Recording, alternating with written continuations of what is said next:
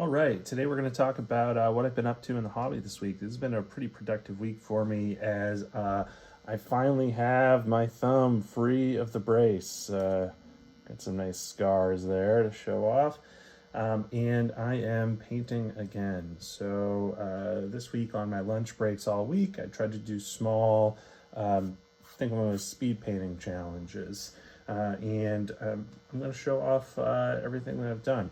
So first off, we have some Etruscan / Oscan peoples that are painted up and based for To the Strongest. So I'm going to start with the command base and talk a little bit about this. So these are 3D prints. I believe the 3D prints are called Hannibal versus Rome.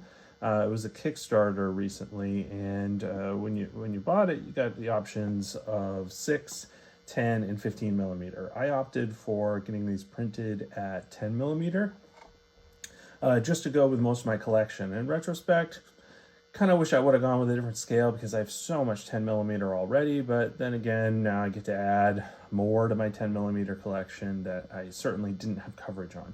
I didn't have great coverage on ancient Italy in general, other than the Romans. And even then, I just have one Republican Roman army. So these are based on bat bases. And you're going to see the next unit's has even more distinctive bat base. So they have these ridged edges around the side. They're not uniform. It's because it doesn't matter where the edges of these bases are for the game To the Strongest, which these bat bases are designed for, because it's played on a grid. It just matters which grid space you're in and which unit you're attached to. I also took the time to magnetize these, which is a first for me for 10 millimeter. I just thought, hey, it's only a couple extra bucks and bat bases come pre-drilled. Why not? Bat bases are also pretty good deal. The price of regular bases, only they've got this this nice edge look to them. They come pre-drilled for magnets, like some pretty nice pluses here. So here's the command with the unit. This is a unit of, again, it's kind of a mix of Etruscan and Oscan peoples. This is for the Battle of Ascentium, which I plan to play. And I'm going to play a hypothetical where what if Rome wasn't able to draw off much of the Allied forces? What would the battle be like? You know, kind of more of a desperate struggle for Rome. I think it'd be fun to play. In the front, I put in a few skirmishers. Just for fun. They don't really represent anything other than I think I would exercise the option to give this unit javelins. So these are on those bat bases, and I really like the rectangular bat bases the best. Again, you know, I took the time to use these pre-drilled holes and put in some magnets. I did speak to Ironheart Artisans. They're able to do the same things with their bases.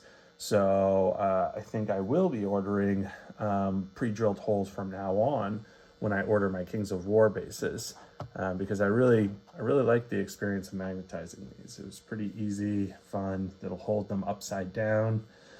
I also did a little bit different than I normally do with my 10 millimeter basing here, in that I used some of that basing gel from Vallejo that I've been liking.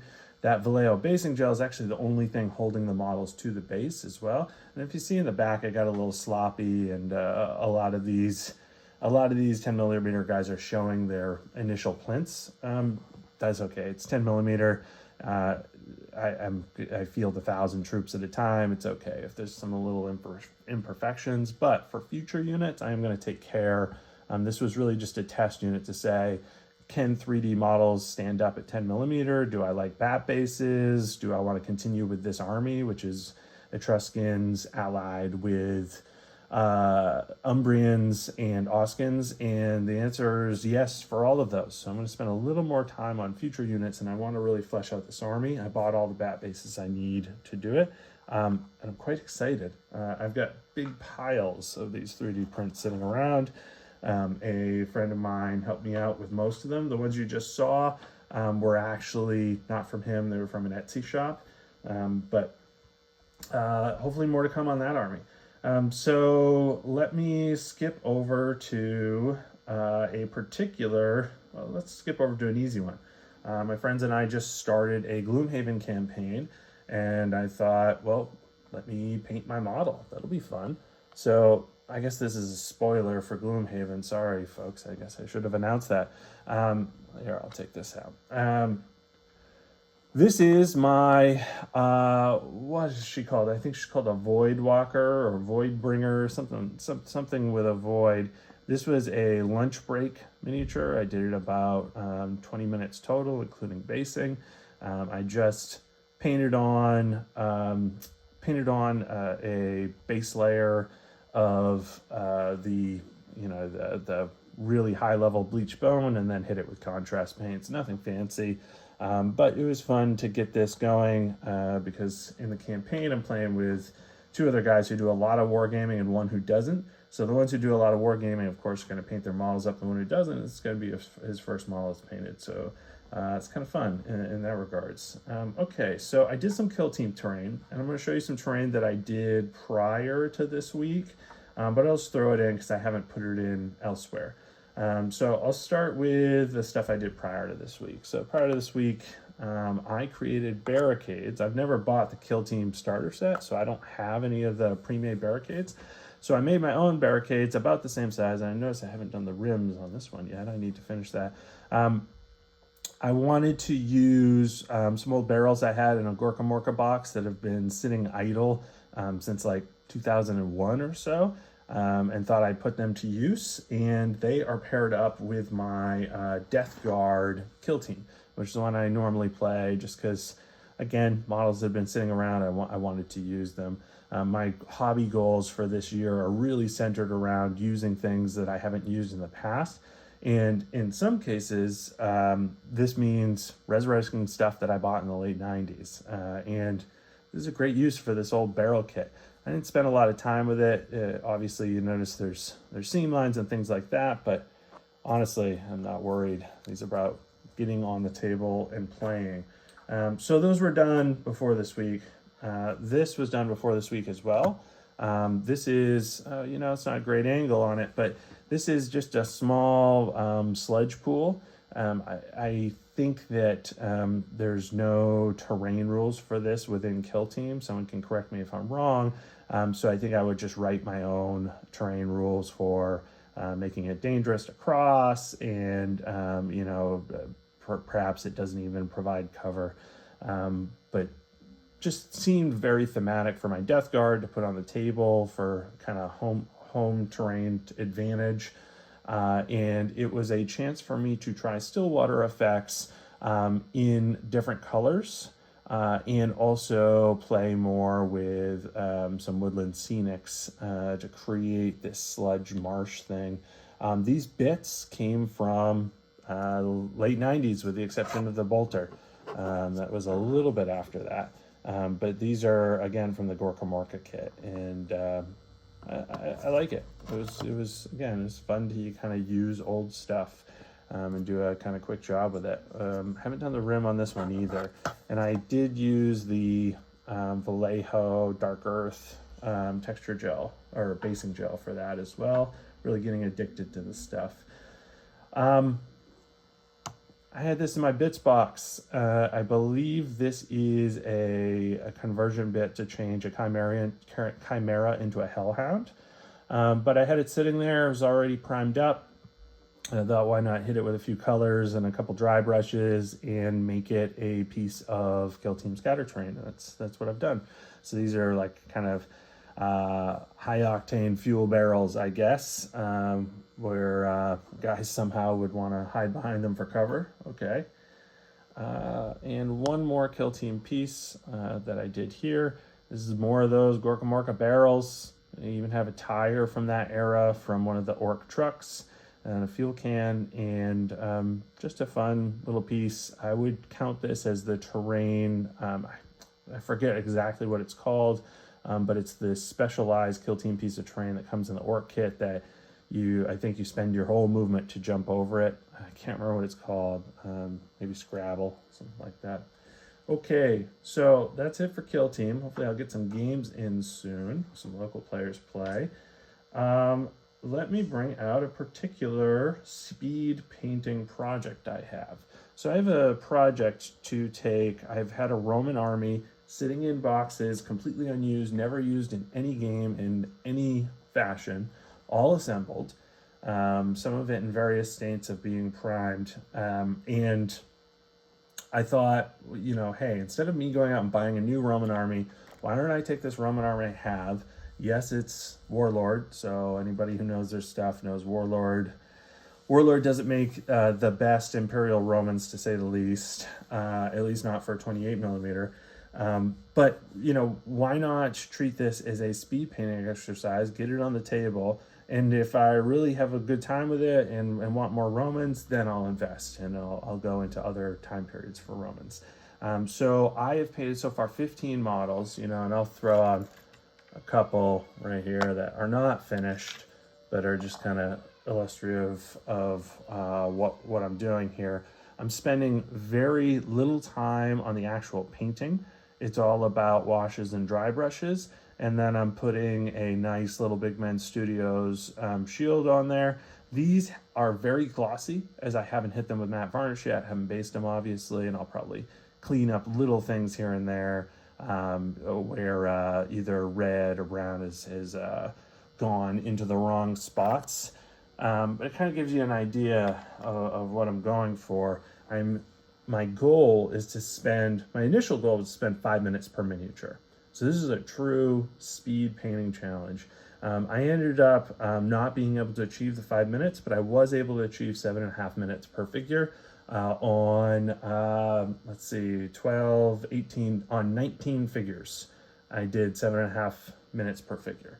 And that includes basing. So here's a finished unit of Western Archers. Again, this is speed painting was the name of the game, and speed basing to a certain extent too. So I used the Vallejo Basin Gel, and I'm using that to hold the models in place. So I left a little bit thicker than normal, just so the bases could stick in, and then I spread some over the integrated bases that these guys come with.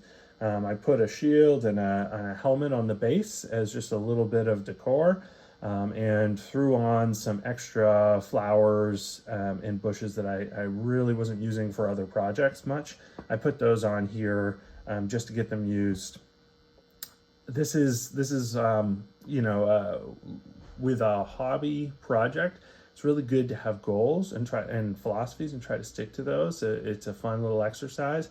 In this case, goal is spend little to no money, use up things that otherwise aren't being used, and have a Roman army on the table for when I want to do historical battles and I don't need to invite a Roman player over. I'll still invite those guys over, but in this case, we'll have a Roman army ready to go. These miniatures came in various states of broken. So I've got one of the guys who has a broken arrow. I just pushed him right up against the guy in front of him, so he's stealing an arrow from him mid-battle, which I thought was kind of a funny detail. You will see more, hopefully, of this army in the future, as I've got on my painting table right now a full legion and a couple units of auxiliaries as well. I'm really excited to finish it and finish it in a short amount of time. It's going to be a pretty cool project. All right, now these ones I'm going to pull out. Man, it's going to be hard to pull them out with the turntable. I'll do my best. These are actually miniatures that I picked up in a trade on Sunday of this week from my friend from Triarius Wargaming. So you can check them out on YouTube, and you might actually see these figures in the background of his workbench. He traded them to me as, I believe, he said he wasn't going to be able to get to them or lost steam on AWI in general. So I have not lost steam in AWI. When I received these, they had the red on them already and some of the flesh. So I followed speed painting principles, spent a little more time than I did on the Romans, not much more.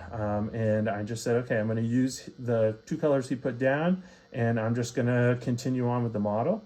I went with Saratoga dress for this one. I forget the regiment here, but they're actually going to be used for a historical scenario that my group's running for the Penobscot expedition. So they're actually going to be one of the regiments of light troops that was stationed in Castine on Bagaduce.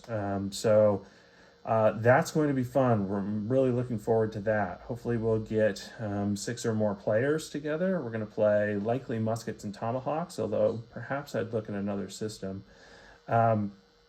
And these guys are just what was ordered. So I have a large-ish Muskets and Tomahawks AWI force for the Colonials, with mostly centered around New England.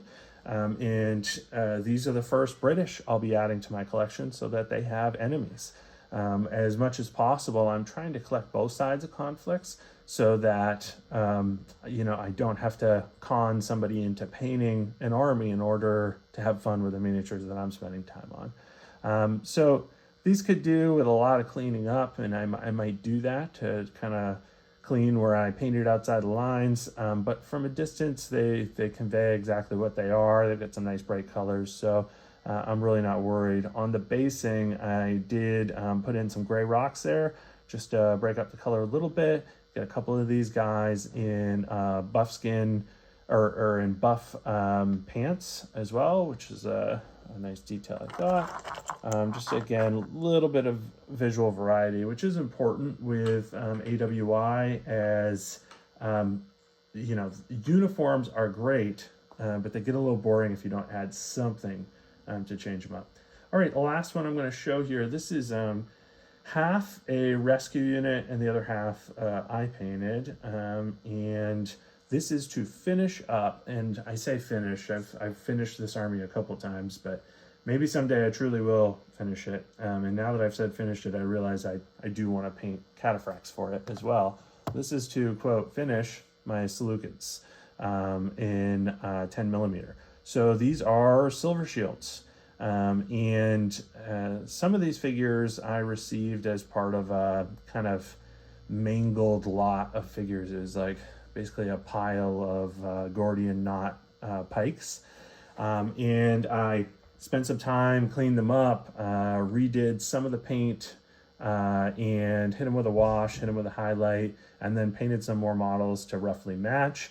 Again, this is following my philosophy of speed paint during lunch break, and use figures that I've had sitting around for a long time and try to finish projects from the past. So my Seleucids were sitting without their silver shields for the past 2.5 years. The rest of the army is, more or less done, with the exception of cataphracts, which I don't have in any time period in any scale, and I'd like to have in multiple time periods and scales. 10 millimeter will probably be the first cataphracts I do, and likely it'll be for this army. I'm not a fan of Magister Militum's pikes, and I should say this is a Magister Militum unit. These pikes are so bendy. The benefit is you can bend them back in place. They don't tend to break, but they just look so messy, and you can tell here. I vastly prefer 10 millimeter pikemen that come with open hands that you can use wire spears on. I've never tried broomstick spears, but I bet those would work quite well as well. On the basing, this is a first for me for 10 millimeter. I did use the Dark Earth Vallejo Basin Gel, a little bit thick, and that's the only thing holding these models down. Only time will tell if this is sturdy enough, but so far it seems fine for the amount of abuse they're going to get. On the basing, I tried to match the style of the rest of the army, and these blend in. If I don't tell somebody that one of them was based differently, I don't think they would notice. I threw in a little more rocks than you might expect for pikemen, but I just wanted something to visually break it up. Okay, well, that was it for this week.